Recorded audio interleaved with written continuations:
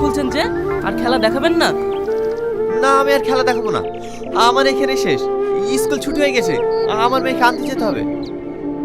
কোন স্কুলে পড়ে আপনার মেয়ে? আমার মেয়ে গ্রিন ভিউ ইনস্টিটিউটে পড়ে। আরে বাহ, এ তো খুব দারুণ ব্যাপার। আমার মেয়েও তো ওই স্কুলে পড়ে, কিন্তু ওই স্কুলে তো অনেক খরচা।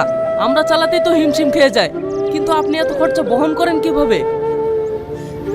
এই যে একটু আগে দেখলেন না, মানুষকে নেচে হাসিয়ে যে উপার্জনটুকু হয়, ওতেই খেয়ে না খেয়ে আমার মেয়ের স্কুলের ফিসটা হয়ে যায়।